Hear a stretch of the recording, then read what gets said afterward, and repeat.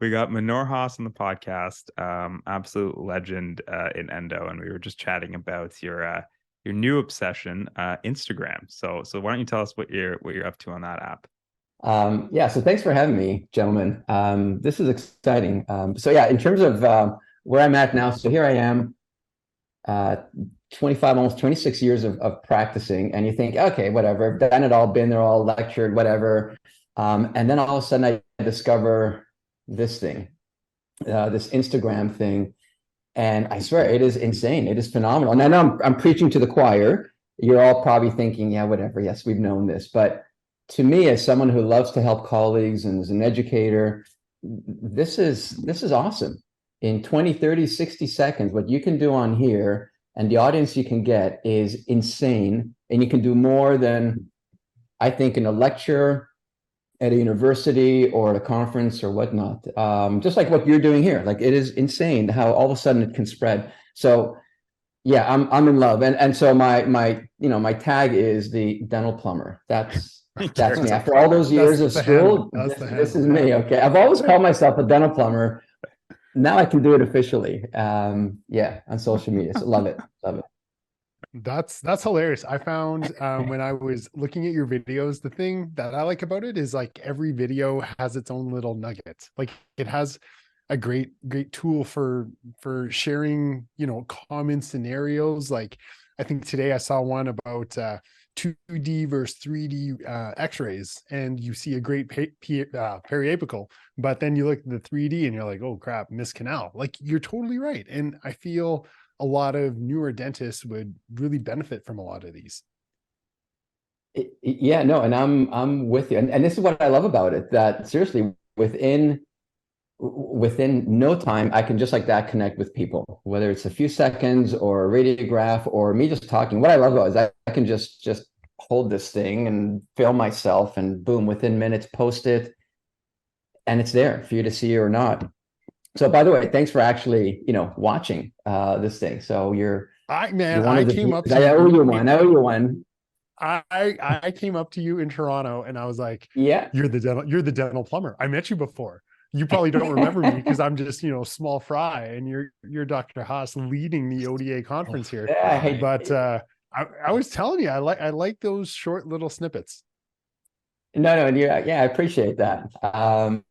Yeah, so I have to admit, I absolutely hate it when people call me Dr. Haas. Nothing against you, I appreciate it, but just in general, you reach a point in your career where I couldn't care less to impress anyone. Doctor, whatever letters we have after a name, who cares? We're all just here to just do a thing, provide a service. Not to sound cheesy, but really that's what it is. And Yeah. so, yeah, I appreciate the doctor, but I so much prefer the Dude, it's the name of the podcast. Hi, I'm Doctor. yeah, I know. Make our parents proud. Yeah. So Manor, I got a question for you. I feel I get in my head when I'm posting on Instagram because I'm like, do I really want to share this? Do I find people find it helpful? Then I get like, embarrassed of what I think I should put out there. What are people going to think of me? Do you have that filter or not really? Yeah, so I don't whatsoever. I couldn't care less. I what actually gives me when it comes to teaching, and I've been lecturing for I'd say 20 years now. When it comes to teaching, what gives me, if I could say a high, is when I show my screw ups, my screw ups. Yeah. Right. Um, Yeah. Now I've never broken an instrument yet. I've done thousands of endos. I've never broken. I'm just joking. Yeah, my nose is like getting long, right? But it's like, no, I swear, I start every lecture with telling the audience, no matter how many dozens or hundreds of people are in front of me, my first two cases after graduating from U of T were completely botched up cases. One was a perforation extraction, and then one was an insane extrusion. It was just, yeah, that was me. And I have to say, I sucked at endo when I was a GP, and I was a GP long enough to see my cases come back and be very humbled. Yeah, and that's I love it. I don't care. Yeah, don't care. I'm not impressed when people try and show off their nice cases. I absolutely hate that. So why are you so open to, compared to, maybe some of your unnamed colleagues, you're so open to sharing your story and your teachings with GPs? You mean why, let's say, help a GP do an Yeah, endo because kind of people thing? are kind of sometimes gatekeepers with the specialties, right? Because they're scared that they're going to take Yeah. over your business and whatnot. So, why are you so open compared to, I don't want to name Yeah, names, but no. compared to a lot of people? Yeah, no, probably most. I'm probably, yeah, I guess I'm rare in that sense. And I know exactly where you're coming from because I hear it often. And I actually hate it when every once in a while you hear a colleague going, Manor, why are you telling them how to do this thing? It's like, seriously, they're going to do it no matter what. It's someone's mom or dad in the chair, for God's sake. Not everyone can afford to see us. Not everyone wants to see us. Like, they know you. So why come to a stranger? Why not help someone? It's like saying, well, I'm not going to tell you how to do an MOD restoration because, I just want the prosthodontist to do it. It's like, for God's sake, come on. But the thing when I teach is learn your limits. Big time learn your limits when it comes to what you do. And I know one of my upcoming reels on Instagram is going to be like, how do you know when to refer? And not that I'm looking for business, not by any means, but it's like just to keep you out of trouble. So yeah, why not help one another? Again, for God's sake, it's someone's mom or dad. And the worst thing is, I don't want someone to be in my shoes when I graduated years ago and I screwed up because I had no one tell me anything. I graduated from university, and at the time, I knew nothing. I look back and, oh my God, I did a few cases. I even got the Endo Award, I remember. And I sucked at it. I'm not kidding. And no one was there to help me, like just with honest advice. And so, that's why it's like I can't forget where I was. I feel for people, especially nowadays, that are fresh out of school during this crazy COVID thing where you have even fewer cases to work on. Like I do a 4-day endo lecture workshop in Toronto. It is really intense. And it is literally all about you know how to do your access and where to look for canals and instrument. Like you don't refer to me, but know your limits. So that's why I'm not shy to help people and tell them how to do it. I find those that make those comments about why am I, not keeping the gate closer thing are just I got to be careful what I say. Well, I'll say it anyhow. They're the insecure ones and the ones that do nothing to try and build their referral base. They just sit around and hope that people will just refer them. It's like, no, we're here together, So yeah, great question. I actually haven't thought about that in a long time. Yeah. Yeah, Manor, I'm kind of on the opposite side of that because I get in a lot of shit from a lot of people in the profession that don't want me teaching, like as a GP, teaching other GPs maybe how to take out wisdom teeth or tackle tricky extractions. And I get the emails from other people in our profession saying that I'm a cowboy, I'm reckless, and they've never been to any of my lectures. And I take the exact same approach. Let's show our failures from a GP point of view, what to take on, what to refer, and why. And you're totally right. People need to know what they don't know because we're all gonna end up in trouble. But if we can avoid those cases right off the bat, I think we're all better off amongst our profession. And I truly respect you for that. Manor, I didn't go to your lecture because we were teaching at the same time, but I heard so many people say how much they loved your workshop, man. Yeah, no, thank you. And good for you for doing that. For you, and I'm not trying to flatter you guys, but for you guys for even doing this, where your audience is just there to learn from us. But I find literally the first 5-10 years out of school, man, oh man, that's where I screwed up the most. I had no one tell me what Yeah. to do. And that's where you can get into most trouble, clinically, legally, yeah, you name it. So I don't care what people say. Those are always going to be the people that'll complain. They'll be always insecure. Yeah. And they'll think that people just open the door and people will walk in, no matter what you do. The truth is actually not that it's my intention whatsoever. It's never been, but there's actually been studies showing that the best way to build a practice, let's say for a specialist, is to teach colleagues how to do a certain procedure, believe it or not. It's not by saying don't do it. It's by telling them this is how you do it. And that's actually been shown to build a practice even more, believe it or not, from a specialty point of view. But again, it's not my point. In fact, I even say in my lectures, and I try and say it politely, sort of how specialists work, and it always gets the audience's attention. I could just see it in their eyes when I bring up something like, do you know why when you refer to a specialist, I don't know, endodontist, oral surgeon, whomever, and they say they can't see your patient for 2 or 3 months. Do you know what that really means? And I asked that to the audience. This could be a massive room, a few hundred people. And they go, yeah, it just means that they're busy. I go, no, it doesn't mean that at all. Most of the time, it means they probably don't want to work with you. And what I mean to, and this is where all of a sudden dentists go, oh my God. And you can see they're starting to think about, who am I working with, trying to refer, and they're not seeing my patients right away. And now they're realizing why, because maybe all you're doing is you're sending them garbage, or how you're referring, or, that sort of thing. Because there comes a point where you're not going to have an oral surgeon saying, yeah, just refer the retained palatal root tips all the time. I'm not your garbage can. So know your limit. That's what I mean. And so it's very, very humbling to young dentists. And so I try to be really as open as I can and as honest as I can about stuff that I don't think anyone talks about, like that. Build a rapport with whomever you work with. Like, we're there to help you big time. We should be. But you need to know or read between the lines also. And when you're fresh out of school, no one thinks about that. Can you give, because obviously I'm still in dental school. I'm in my last year now. Can you just set the record straight as to why? Because there's two kinds of, I'll preface this with this. There's two kinds of people who want to be specialists in dental school. They're the ones who are just genuinely incredible at one particular thing. And then there's the deeply insecure ones who need to push others down in order to make themselves feel better.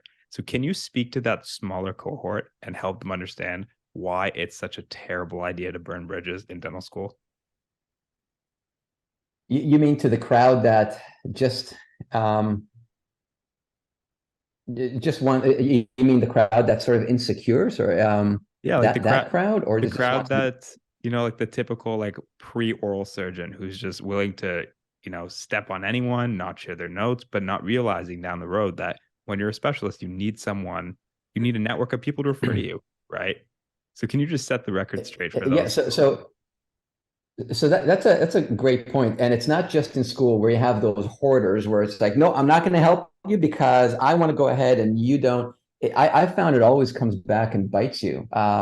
First of all, you're just an a-hole for being like that. And secondly, I love this guy. It goes around, comes around. Like, literally, no, but really, like, and then it's like us. Do we help colleagues or not? Do you want to be living in an island and you think you can manage on your own, or do you actually want to have a network of good human beings, good people actually care for you around you? And yeah, it would start in dental school, big time. And what's interesting is when you apply to a program, a specialty program, you think, yeah, they want to look at your grades, they want to look at what clubs, committees you're on, and all that stuff. What they look at to a huge extent is the personality. They want to know, do I want to spend 2, 3, or 5 years with this person, this human being who's going to be an a-hole? Yeah, they're awesome with their grades, but do I want to spend every day for 4 or 5 years oral surgery, or a couple of years, whatever? Or do I want someone who's just going to be really good with everyone else?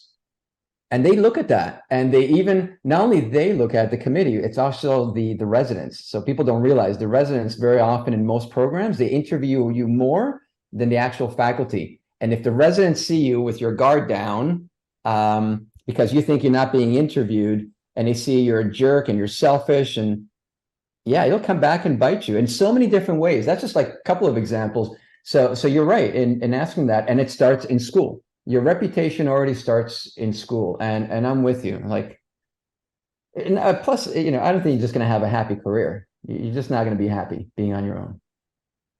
Can you tell us when you decided you wanted to be a specialist? Like, how long were you a GP for before you jumped into a specialty? Yeah, so I was a GP long enough again to see my screw ups come back. I'm serious. That's how long I was a GP. And when I graduated, I did not think I want to be a specialist at all. Like, loved being a GP, loved it all. I thought I want to grow up with my patients, loved it. And here I was awful at doing root canals. I kid you not. I look back and going, oh my God, what was I doing? And I think it was a couple years out that I said, I really still love endo. I'm not great at it, but I love it enough that I want to now do it properly. Like, let me just do it properly. And that's when so after 3 years of general practice, I went to specialize. And having been a GP before was priceless because it's humbling. You now think like a restorative general dentist. Like you can't just hone in on endo or whatever you want to specialize in, and you make a better life decision. You know what you like more so. And I've never looked back. I would never do anything else. I kid you not. I would never be anything other than a dental plumber. I'm not kidding. I love how I you have the love prop. it. Yeah. I had to bring that. It's clean, by the way. I swear it's clean. But so I love it. Like you specialize, but then you open up a world of doing cases, more cases within that field that otherwise you would never have done. And here I am all these years out, and I'll tell you, I'm more excited about this field and what I do than I've ever been. Like the stuff that's available out there, the instruments, the new stuff. Yeah, it's awesome. What do you say to the GP that's been out for 10, 15, 20 years, and then they realize, well, maybe I want to go back to specialty school? What is like the age limit at which you would be like, maybe you're too old, or maybe this isn't for you anymore, stick to being a GP? Because there's so many, Yeah, there's such a no. variance in ages. Yeah. Good question. So my classmate, when I specialized, had a full-time, like phenomenal, successful general practice, and he was out at least 15 years out of school, actually. Family, kid, you name it, had it all. Picket fence, dog, you name it, went back to specialize. And Really? here we are 20 years later, and he's never regretted it. Yeah, I wouldn't say there's a time limit. It's just where are you in life, and I mean it's not that easy sometimes. Like, do you have a family, kids? So that we can't judge. But if you've got support around you and you can go back to school for 2 or 3 years, man, do that, and then you won't look back. And you don't have to think about how many more years will I practice afterwards. 10, 20. I bet you'll practice longer than you'll think. So if you love it, you really know what you're doing, go for it. I'm just always weary of people who apply straight out of school because that's where it's more difficult for them to know really what they want to do in their life. And power to them, but it's like I had no clue. I had no clue what I really wanted to do in life, let alone dentistry.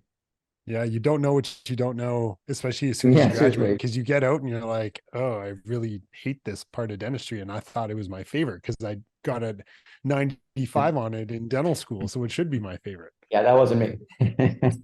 And I never had any instructors that were really honest about that and said, Manor, you got to do this or think about this. No, it's all like, oh, your MOD or Mark. Like I look back and I wish someone was honest enough with me, just straight up, just be honest about what you didn't do, your screw ups, I wish I did. Like I wish I had people who would tell me that stuff, but I didn't have any of those mentors in school, instructors. It was yeah, it was unfortunate. So that's where I love teaching, and whether it be on social media or in person, or that's really what it's about. I almost wish even something as silly as forget dentistry. I wish I had someone 10, 20, 25 years out of school say, Manor, you're young, you're healthy, you should get certain insurances, whether it's disability insurance, life insurance. Like you should get that because sooner or later you're going to need it. And you'll see when you have kids and more responsibility, you will need it. And by the time you decide that, yeah, now I want it, you're going to be older and more pre-existing conditions. It'll cost you a fortune. And only then will you think about like your estate planning and all that. And like you're not thinking about this early out of school. You just want to get out, get a job. Meanwhile, you're thinking, God, why didn't someone tell me this? I could have gotten all these things for so much less money and maybe thought ahead. And I'm not saying like get crazy with investments and Bay Street. Like be careful. I'm just saying like responsible things to do in life that inevitably you will need. Everyone gets these things. Just don't get it when you're 15, 20 years out of school and it's stupid expensive and more difficult and all that. Like I wish I even had that sort of advice, not just in life and specialize in clinic, but the stuff around it. No one. Why do you think that advice is so hard to get in our industry? Yeah, good question. I don't know. Not many people care. I really think that. I'm serious. Everyone's just in their bubble. Let me get a job. Let me be busy. I don't think everyone, I don't think people really care. Let me just look after myself. It's the same like a good question you asked about someone in school who doesn't want to share their notes and they want to get into that specialty. Like, I think there's very few that just really want to work together and help one another and say, oh, by the way, I think you should do that. And then you move on and you might not surround yourself with people that are 10 or 20 years ahead of you. I've got a couple of really awesome friends, dental friends, and they're way younger than me. And yeah, I love sharing with them some stuff. You can see they're smart because they're thinking, okay, Manor, what are you doing now? What have you done? Maybe I need to think about it. Maybe not today, but in a year or two. Like smart. So I don't think that you get people who've been out longer looking back behind them and saying, let me help someone behind me. I'm moving on with my life. They can do whatever. And then in school, I did not have any instructors or faculty that would ever even remotely talk about general stuff. Like they couldn't care less. They would just come in, do their thing, gone. Oh, no. So they would come in, all the lab coats. They would have a conference amongst themselves and talk about their vacations. And then you feel guilty interrupting them because your poor patient, needs to go and your MOD is now ready.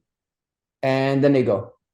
And oh my God, it's like, yeah, it was just really hard. For me, it was impossible to find someone that actually really sincerely wanted to talk honest stuff. Again, so power to you guys for what you're doing with this. And I mean it, because this is a way to help one another, period. Manor, I totally hear what you're saying. There's so many what ifs. Had I known then what I know now, I would have changed so many different things. You talked about insurance. What other things would you want to tell a new grad or a fourth year dental student right now? Yeah, it's a good question. Pay off your debts, pay off your personal debts. You mean don't use my credit line to buy investments? You mean don't do day trading? Really? Yeah. Okay. That shit works, man. Listen, with AI, you can just push your button, done. Yeah, pay off your personal debts. I'm serious. I'm not kidding. Drive a crappy car. Who cares what your friends say? Just get rid of your personal debt. If you want to have professional debt, to buy a practice, open a practice, that's different. Power to you. That's fine. I look at that as overhead, practice overhead. But that's where I see people get into trouble because when they don't pay off their personal debt, they're just digging a hole for themselves. And then the problem is it will affect their work. It'll affect their life in a way that professionally now I got bills to pay. Well, I'll take any job I can. I'll work anywhere. And that's because I got bills to pay. And you may not realize it, but subconsciously, some people will even have their work affected. Do they really need a crown? Do they really need an endo? Yeah, we're going to do an endo because I need to produce. And no disrespect, but in so many ways, it will affect you when now you've got debt that you shouldn't have, and it'll affect where you work, how you work. You're not going to feel free. You're going to have a load on your back. Just get rid of your personal debt, drive that crappy car for a few years, and then you're laughing. And I'm serious. Like that's huge. Man, the money that's wasted by people is insane. And yeah, you'll get loans, but already interest rates are skyrocketing.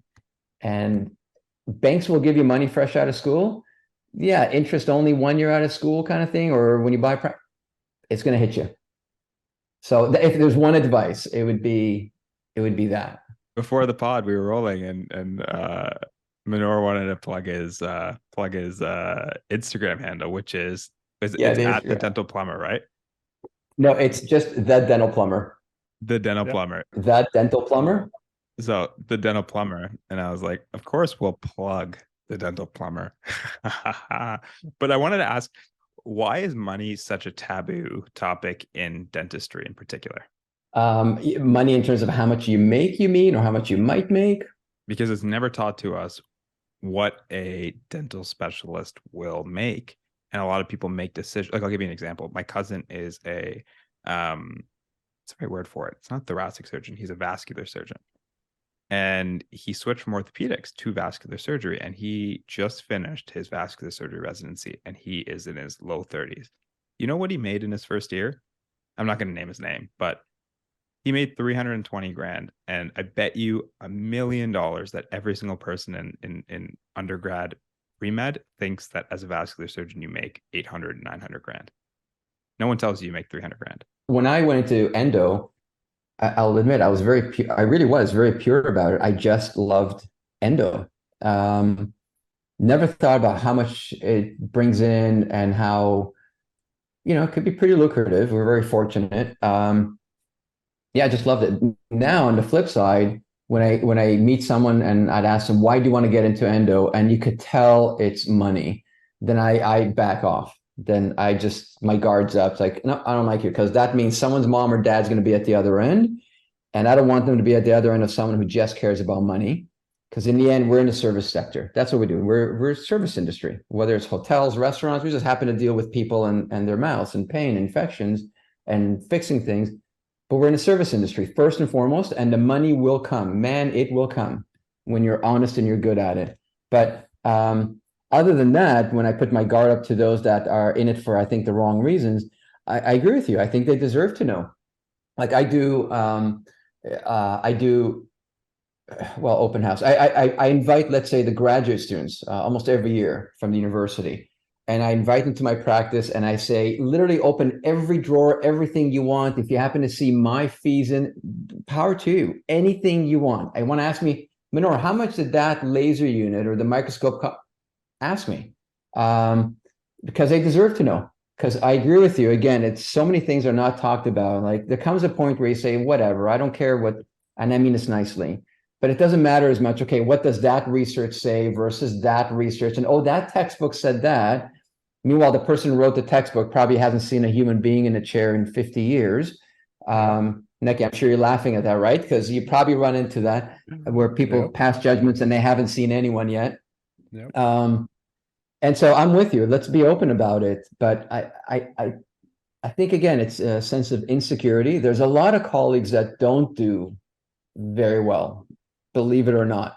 So don't think that every specialist makes a killing. And I know not, because, we have these surveys, confidential surveys that are done every couple of years by our society or association.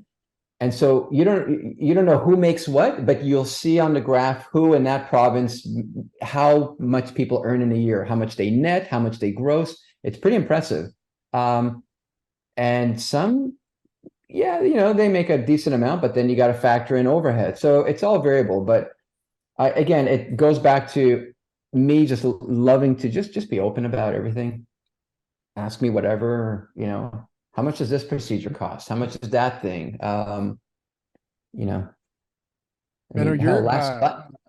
Last year, my breath of fresh air, man. It's amazing. What's that? You're a breath of fresh air, man. Like I no, I thanks. Don't cut you off, but like this is something you don't hear from dentists, man. And I genuinely appreciate this. We live on the other side, on opposite sides of the country, and yet I feel like if I have an endo problem, I'm just going to send you a message because you just have that seriously. warmth about you, man. Yeah. No, thanks. Where did this come from? I appreciate it. Like, did someone help you when you were younger? Like develop this mentality? Like you're just a very sharing guy. Yeah, no, thank you. No, actually in the profession, no one helped me. Even when I practiced and I started and I bought a practice, I was literally on my own. So it's me making all these mistakes. And then you look back and you go, shoot, man, I wish, like, why didn't someone help me? Like, again, what about the patient? What about me, the practice? Yeah. And it goes back to, like, I don't care what people think. I seriously, it's like when I lecture and I love showing my broken instruments, and I find the ones folks that are insecure will not talk about insecure about themselves or their work, will not talk about their screw ups. The good ones, the really good clinicians like you, Neki, if you're talking about your screw ups, man, I want to be in your chair. And I mean that, because if you're confident enough to show your screw ups, what the audience really knows is, man, he's good. versus, yeah, just show me all your beautiful cases, whatever. Yeah, okay. And maybe that case you've done once every year. Yeah, whatever. Okay, sure. Let alone, for you guys in fourth year now, let's say, you're being taught out of textbooks. And whoever's teaching you, are they clinicians? Like, have they done thousands of these, or they've done a couple of them and they know the research on it? And no disrespect, but big difference, right? I'm sure, Nike, now that you're out, you'll see like what a difference now versus when you're in school and you haven't been on the front line. So it's just help one another, man. It's the insecurity, selfishness. I don't know. Just too bad. It sucks. But it doesn't mean we have to be that way. Where'd you develop that ability to not care what people think? Were you born with it, or did you develop it over time? Yeah, it's a good question. I don't know. I feel like I'm, sitting on a psych chair. Yeah, I don't. I think it's just over the years. You're comfortable enough with what you do, who you are.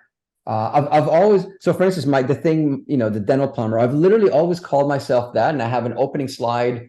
I've had it for the last like 10 years, at least the current one, with my little guy literally holding this, and that's the picture with me with my credentials beside it.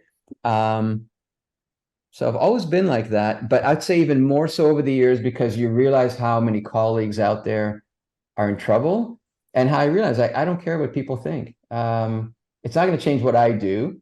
And if they're going to judge me a certain way, then yeah, it's not going to faze me. Maybe even when I was a kid, if you really want to think about, so here I immigrated to Canada, no one heard of the name Manor, and they would always make fun of that name. And you can imagine there's tons of variations out there, and like, I couldn't care less. So maybe it's in me from when I was a kid to say, I don't care if they tease my name.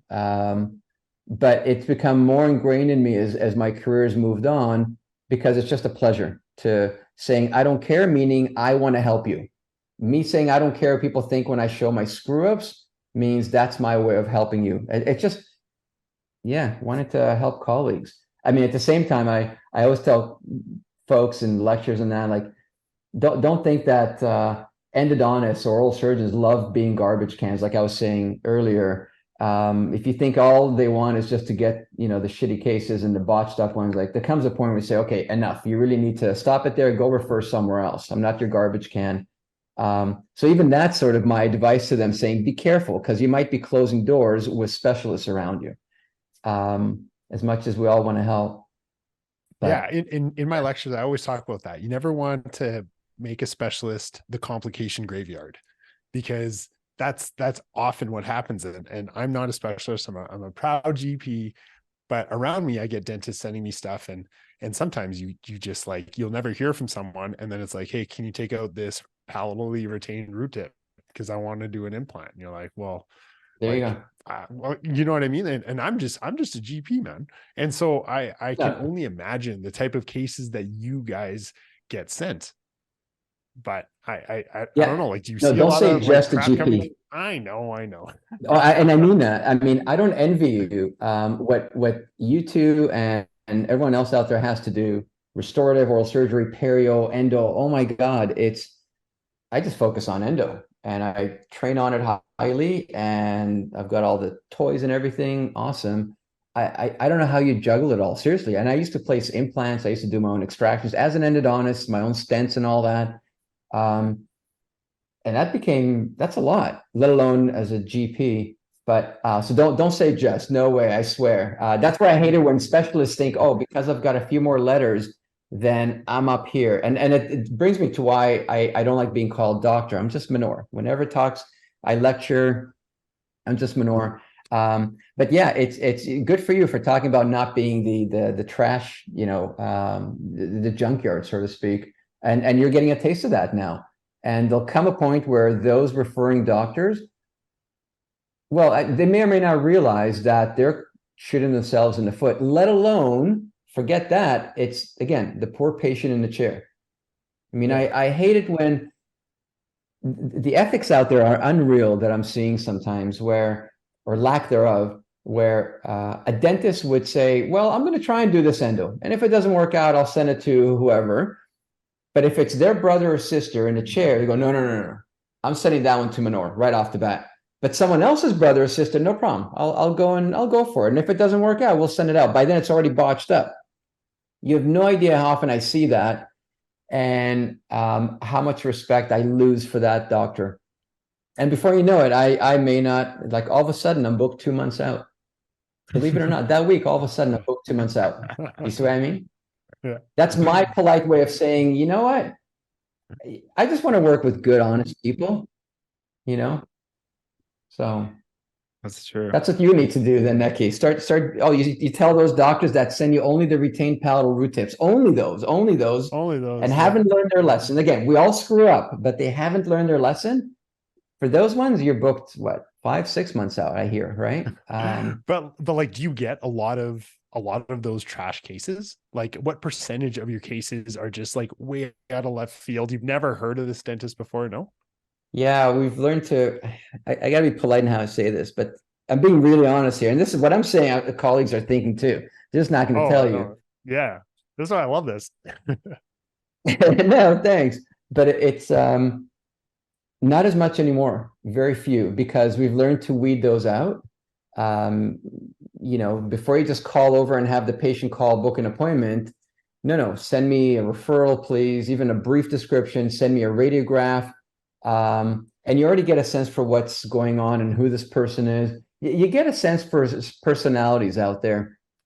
I don't, thank God, I'll touch wood. I don't do many retreats, believe it or not, which is in my city, in Toronto, is very rare. The majority of my colleagues, from what I've known, the majority of their cases, the vast majority is retreatments, meaning botched up cases. So someone did something screwed up, I'm going to send it to so-and-so. And she or he will redo the endo as if like a miracle, we can redo everything. I, on the other hand, do very few retreats. So I get a lot of the, thank goodness, clean endos. Like I work with, after a while, you build sort of a network around you where you got dentists that just want to do, and again, no disrespect to others, but they just want to do quality work. They know where they are. They want, let's say, they know, okay, anything with pain, I'm not dealing. If it's my brother or sister, I'm not touching that. Whether it's an extraction, a complicated one, or an endo.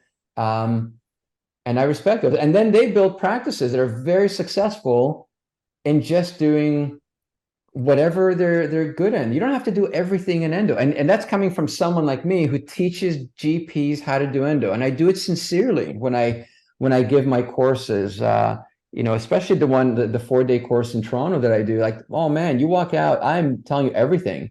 But I don't do many retreats because I also teach people, like, know your limits. So I thank goodness I'm not a big garbage can, I guess. Again, I'm there to help people. But I'm not. So I think I'm very rare. I'll speak for the GTA from what I've been hearing for years.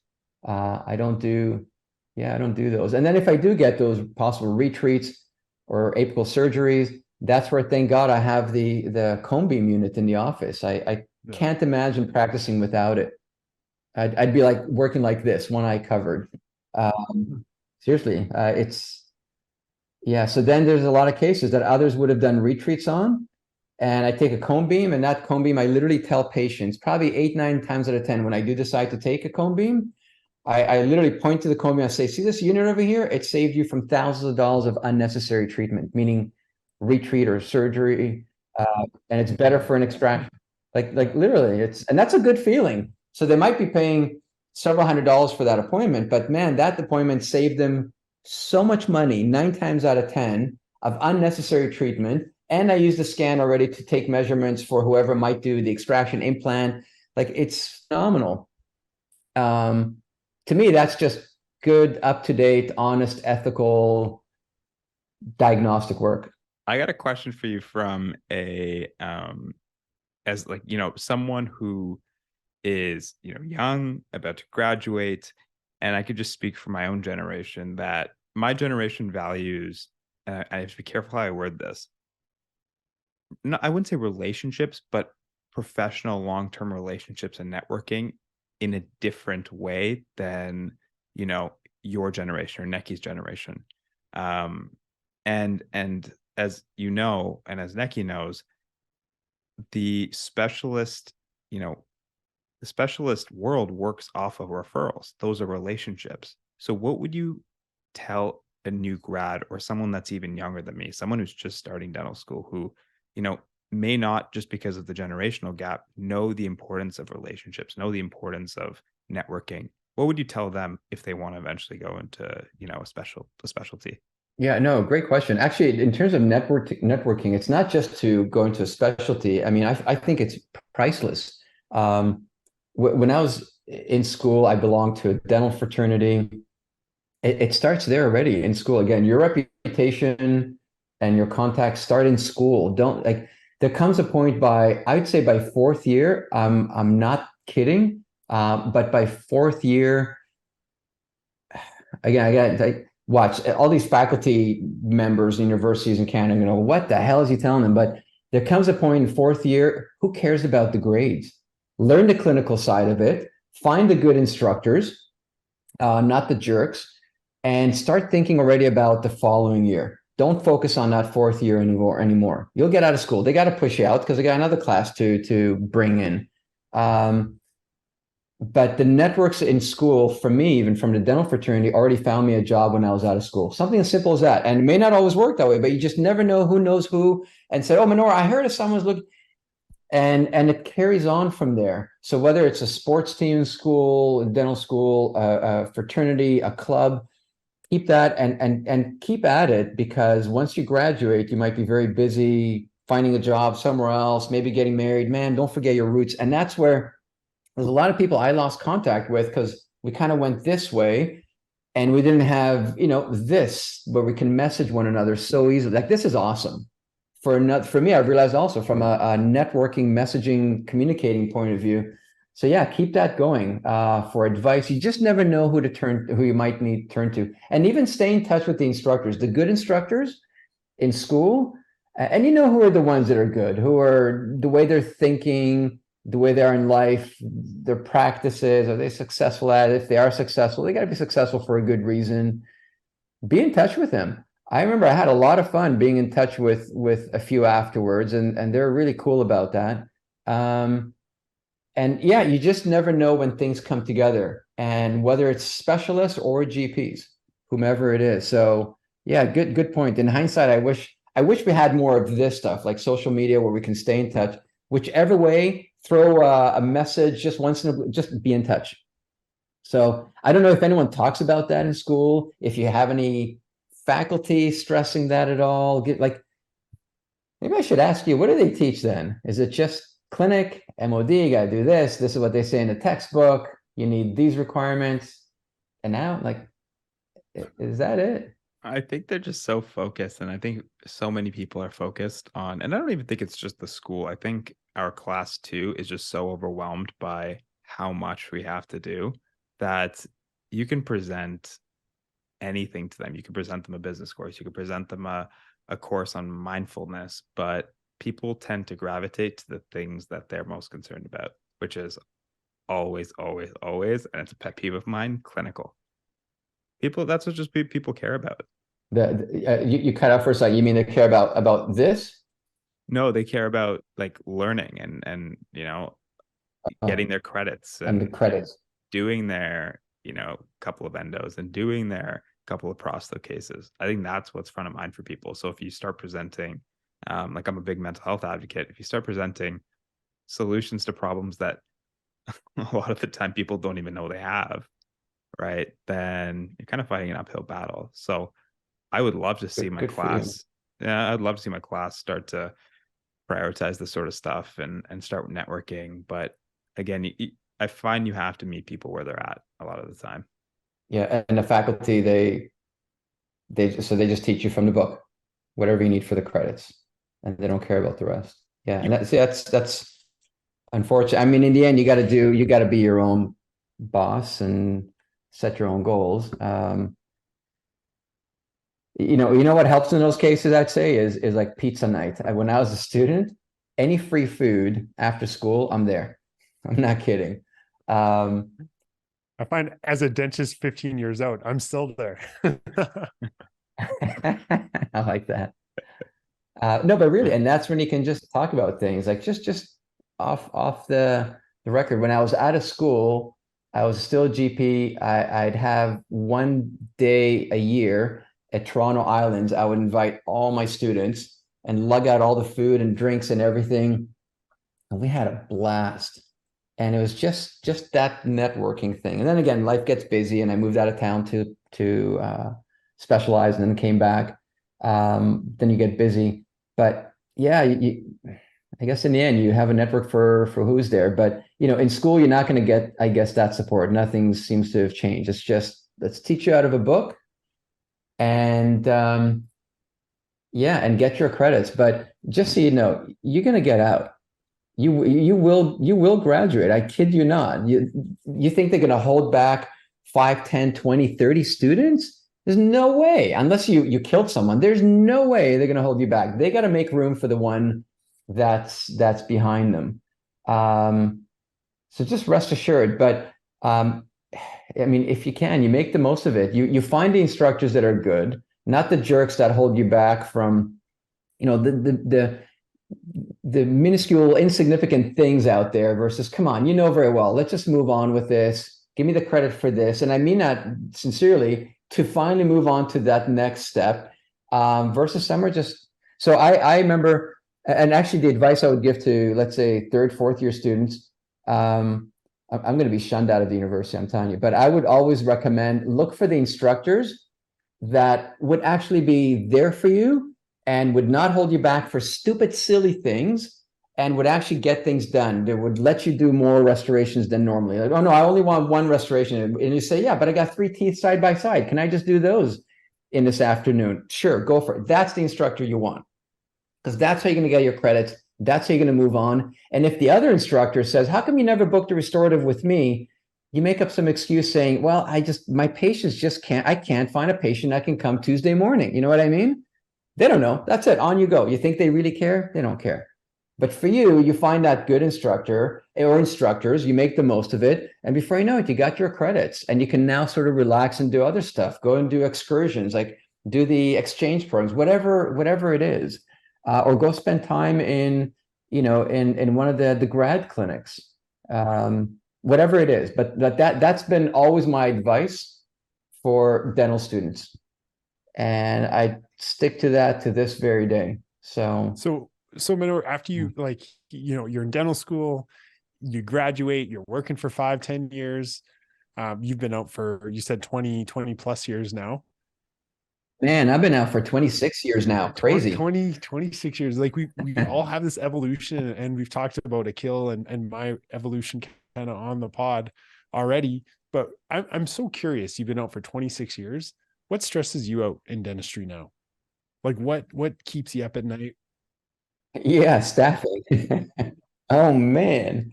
I mean, on the one hand, it's a blessing that I've got my own practice. It's my show, my way. And I don't mean that in a rude way, but when I say my way, what I mean is, if I want to spend $100,000 on this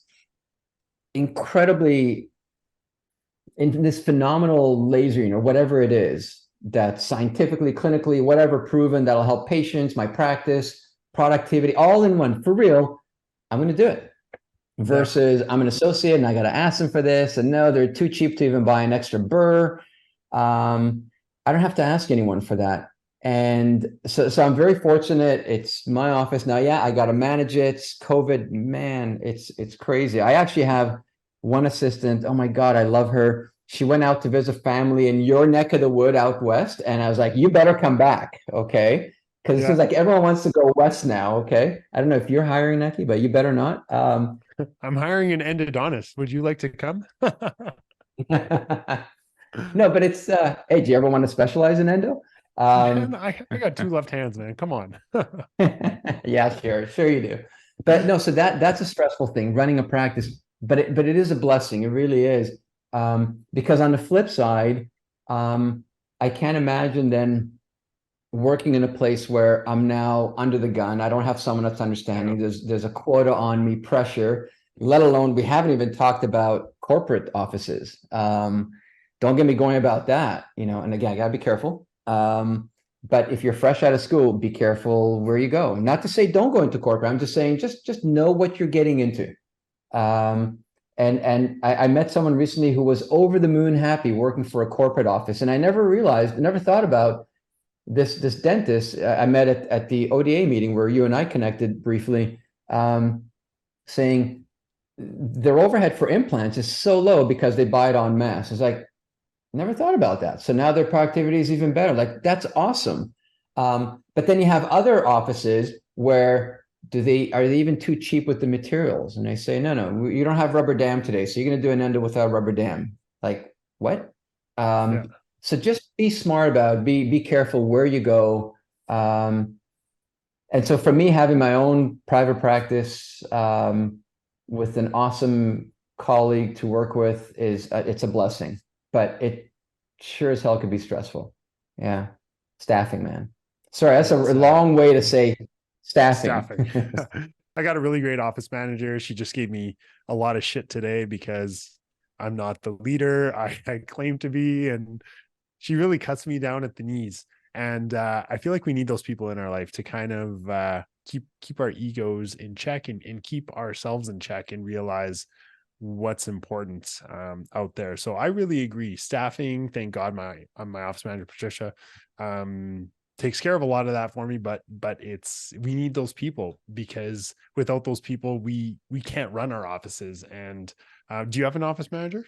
No, so I don't. So we're two endodontists, believe it or not. So I don't have hygiene in that. So I don't envy you, because in Ontario, that's been a nightmare during COVID.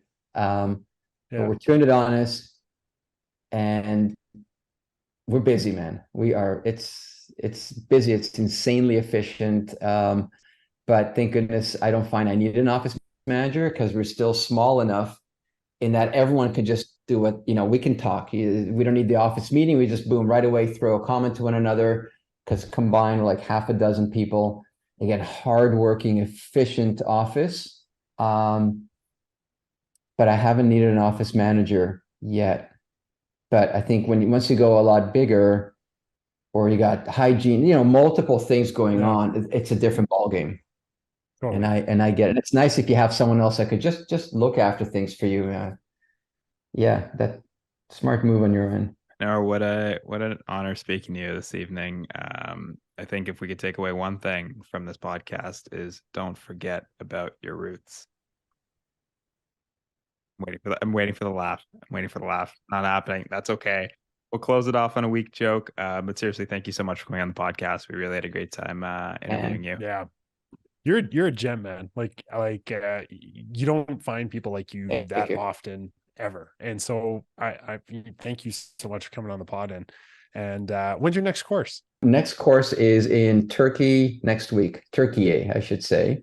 Oh, so believe it or not, it's going to be actually on social media to colleagues. And then I got one in Seattle, in a couple of weeks. And then I got my 4-day endo course in September here in Toronto. There's always something somewhere. How do people sign up for that endo course in Toronto? I don't know. Just I guess even if you find me on Instagram, you'll find my link. It's all in there, or just Google my name, you'll find it. The Dental Plumber. Yeah. So thank you. I'm gonna be sending people there. I think it'll be great, man. Thank you so much for coming on the pod, and I hope to see you soon, man. I'd love that. And thank you guys for what you're doing. Thank you. Appreciate it, man.